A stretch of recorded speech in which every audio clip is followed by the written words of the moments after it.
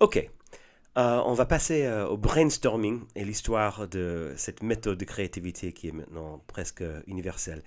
Donc, brainstorming n'existait pas dans le début du XXe siècle. C'était ce monsieur Alex Osborne dans les années 40 et 50 qui a commencé à concevoir. C'est quelqu'un qui a travaillé à New York et dans le secteur de marketing, de recherche et de développement. Et il s'est dit, en fait, le problème, c'est qu'on a des personnes très bien formées pour analyser, pour critiquer, pour évaluer, mais pas pour générer des idées. Donc il dit, la voix critique, en fait, c'est souvent l'ennemi de la créativité. Et donc il a proposé, depuis ses expériences sur le terrain, des principes pour maximiser la créativité d'un groupe. Donc premier principe, suspendre le jugement avant de critiquer. On ne critique pas avant d'écouter l'idée et de donner le temps pour son évaluation. En deuxième principe, plus l'idée est originale, mieux c'est. Donc on cherche des choses, et là vient l'expression fameuse, out of the box. Les choses qui ne sont pas conventionnelles, qui ne sont pas typiques, le plus qu'on peut sortir du typique, le mieux c'est. Troisième principe, c'est la volume. Plus qu'il y a d'idées, mieux c'est. Et là, on trouve en fait que ces principes, ce principe de volume, c'est aussi un peu le contraire de l'idée reçue qu'il faut vraiment concentrer à avoir la bonne idée, la meilleure idée. En fait, Alex Osborne, il est le contraire. En fait, il faut multiplier, démultiplier le nombre d'idées. Et enfin, rechercher des combinaisons et des améliorations par rapport aux idées précédentes. Il ne s'agit pas dans la créativité en groupe de proposer 1000 idées différentes individuelles, mais chercher de combiner et améliorer des idées précédentes plutôt que simplement de ne rien écouter et de proposer les idées dans son coin. Alex Osborne, il développait un processus de créativité qui s'appelle Creative Problem Solving ou CPS. Et pendant les années 60 et 70, c'était une sorte de brainstorm structuré pour commencer par la définition, la déconstruction de problèmes, c'est-à-dire de comprendre pourquoi le problème est important, quelles sont les causes racines, de récolter des idées pertinentes, de générer des alternatives et après d'évaluer des solutions possibles, adoptées et implémentées. Donc, on a ici le premier template de tous les cycles de résolution de problèmes qu'on voit de plus en plus dans le monde des entreprises. C'était Alex Osborne qui était à l'origine de ces différentes méthodes. À partir des années 70, on commençait à voir des idées de la Californie, ce qu'on appelle le design thinking, la conception centrée sur l'humain, et le concept de pensée divergente et pensée convergente était un nouveau prisme de lecture sur la créativité. En gros, l'idée c'est que, comme Alex Osborne a observé, l'être humain formé dans les écoles occidentales sont souvent mieux équipés pour prioriser, analyser, évaluer que pour s'ouvrir, écouter, générer de nouvelles idées, etc. Et donc, des pratiquants de design thinking, ils proposent d'imaginer un processus de créativité en des étapes qui alternent entre les moments de pensée divergentes où on empathie, on travaille notre empathie pour les différentes parties prenantes du problème, et des moments de pensée convergente. Et donc, dans le fameux double diamant ici, qu'on a traité dans d'autres vidéos, on voit un schéma très utilisé actuellement pour la créativité en groupe. Un premier diamant autour de la compréhension du problème et le deuxième diamant autour de la génération des solutions. Et donc de plus en plus dans les sciences d'intelligence collective, on utilise ces termes de pensée divergente et convergente et surtout de développer notre capacité pour penser divergente qui est souvent pas développée dans le système scolaire. Mais de plus en plus, le brainstorming traditionnel, comme conçu par Osborne, était considéré défaillant. Et est-ce que c'était des principes de brainstorming d'Osborne qui étaient défaillants ou est-ce que c'était la méthode?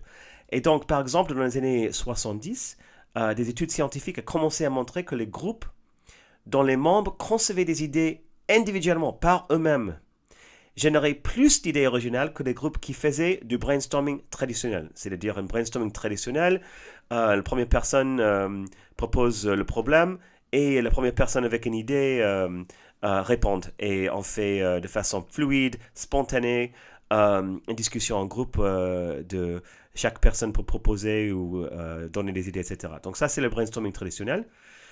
Et les études des années 70 ont commencé à montrer qu'en fait, de demander à un groupe individuellement de proposer les idées et après de combiner ou prioriser les idées en groupe était plus efficace, plus performant que de commencer en groupe. Et la question c'était pourquoi? Pourquoi le groupe peut être moins créatif que la somme des individus? Et les chercheurs en psychologie sociale ont trouvé plusieurs facteurs qui peuvent bloquer la créativité collective. Par exemple, écouter les autres peut être une source de distraction quand on est en train de développer une idée qui est originale. On ne peut pas développer notre propre idée et écouter les autres en même temps. Le biais d'ancrage, la première personne qui parle dans une brainstorm, souvent la personne qui est plus sûre d'elle, peut influencer les idées du reste du groupe. Et ça peut créer un biais de conformité où tout le reste du groupe converge vers la première idée, même si la première idée n'est pas la meilleure. Et enfin, inhibition sociale, c'est-à-dire les dynamiques de pouvoir qui peut s'installer au sein du groupe où des personnes plus jeunes ou parfois des femmes s'autocensurent et les personnes plus âgées ou des personnes masculines peuvent dominer les échanges du groupe. Et parfois, c'est aussi, ok, si je vois que les autres sont en train d'inventer des choses, je les laisse faire. Je laisse les autres faire le travail et c'est moins de travail pour moi. Donc tout ça peut freiner ou réduire la productivité créative du groupe. Mais en revanche, dans cette science intelligence collective, on a trouvé plusieurs hypothèses basées sur ces expériences en créativité collective, en quoi un groupe peut, dans les bonnes conditions, être plus créatif collectivement que la simple somme des individus. Donc d'abord, comme ici avec la bande dessinée, avec les chercheurs aveugles, chacun voit différentes parties de l'animal et chacun a raison. Chaque aveugle témoigne de ce qu'il ressent, mais c'est qu'une vision partielle. Et donc c'est une bonne métaphore pour la dynamique qui est très commun en groupe où chaque personne a une partie de ce qui se passe et comprend une partie du phénomène ou du sujet et que c'est qu'en mutualisant toutes les connaissances locales, toutes les visions partielles où on peut avoir une vision plus compréhensive du problème. Également, les différents membres du groupe peuvent avoir des expertises différentes. Chaque expertise peut être complémentaire aux autres pour pouvoir créer une idée. Donc, par exemple, un collègue qui est très fort en marketing, un autre qui est très fort en ingénierie, peut ensemble créer un produit, une idée de produit que ni l'un ni l'autre pouvait faire tout seul. On peut aussi chacun avoir des biais, des angles morts. Et si dans les conditions de sécurité psychologique, on est en sécurité de challenger les uns les autres, on peut aider les uns les autres à comprendre leurs propres biais et les angles morts. On peut construire sur les idées des autres. Même mon meilleure idée, ça peut être amélioré par le biais de quelqu'un d'autre.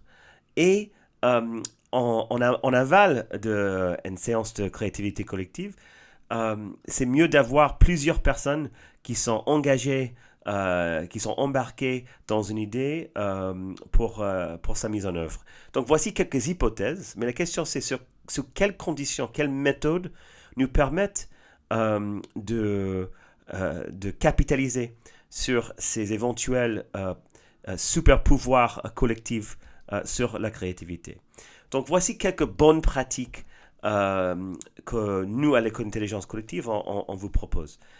Donc, si on a un grand groupe, une organisation, plus de 20 personnes, il est toujours une bonne idée de encore penser à une étape divergente où il y a de l'idéation individuelle, où on cherche des idées qui viennent de partout, que chaque personne peut proposer son idée de son temps, dans son temps libre, et une étape de pensée convergente où le grand groupe, ou parfois un jury d'experts peut prioriser et ou développer en petits groupes les meilleures idées qui viennent de la foule. Donc ça, c'est une bonne pratique ou une bonne approche pour la créativité à grande échelle. Et à petite échelle, il est toujours utile d'imaginer une étape d'idéation individualisée, d'ajouter cette étape avant de faire une discussion collective. Même si c'est une étape d'idéation de 5 minutes qu'on pose le problème et que chaque personne prend 5 minutes pour écrire 3-4 idées, c'est toujours mieux que de commencer avec la première personne qui parle, qui prend la parole et qui peut influencer tout le reste du groupe. Et dans les séances de créativité face à face, c'est au facilitateur pour créer des conditions de cet échange libre et spontané et productif d'idées. Donc, on va examiner en quoi le facilitateur peut jouer ce rôle de la bonne façon. OK. Quel est l'état de créativité maximale? Donc, si on cherche de maximiser nos capacités individuelles pour la créativité, qu'est-ce qu'on doit faire? Donc, voici peut-être le chercheur qui a le plus contribué à la science de créativité dans les dernières 50 ans. Mihaly Csikszentmihalyi, c'est un Hongrois qui était enfant pendant la Seconde Guerre mondiale et qui a vu énormément de souffrance, et donc il a consacré sa vie à la poursuite, l'exploration de qu'est-ce qui rend les gens les plus heureux. Et en tant que psychologue, sa méthode principale, c'était de faire des entretiens, des immersions dans les organisations, des entretiens individuels avec les personnes dans tous les différents domaines d'expérience humaine, dans différentes cultures, et d'essayer de synthétiser, de conceptualiser les résultats de ces entretiens, de ces observations. Et c'est lui, Csikszentmihalyi, qui a inventé ce terme flow, ou flux en français, mais c'est souvent gardé en anglais, pour décrire ce qu'il appelle la psychologie de l'expérience optimale. Donc, qu'est-ce que ça veut dire le flow? Donc, flow, c'est l'état où, selon Csikszentmihalyi, les personnes sont les plus heureux dans leur vie, et surtout dans les vies professionnelles ou artistiques. C'est les moments dans la vie où le défi, le niveau de défi est très haut, mais le niveau de notre capacité est adapté au niveau de défi. C'est-à-dire qu'on a à la fois un très grand défi et une grande capacité pour faire face à ce défi. Donc, les 4 conditions de cet état que, selon ces entretiens, est l'état optimal, c'est qu'on a cette coïncidence entre le niveau de défi, le niveau de notre capacité, nos compétences, que l'objectif de la tâche actuelle est clair, que à chaque action qu'on fait sur la tâche, on a un feedback qui peut soit confirmer ou invalider notre approche, pour nous donner un feedback, pour nous permettre d'adapter en temps réel nos actions. Et enfin, une liberté de se concentrer pleinement, donc pas de distraction, un focus. Et donc, si ces 4 conditions sont satisfaites, si on est berger, si on est footballeur, si on est chercheur en biologie, les mêmes 4 conditions s'appliquent selon les travaux de Csikszentmihalyi. Et dans la prochaine vidéo, on va voir un étudiant de Csikszentmihalyi, Keith Sawyer, qui est devenu dans nos jours un expert dans l'application de flow en dynamique de groupe. Donc, from flow to group flow, dans la prochaine vidéo.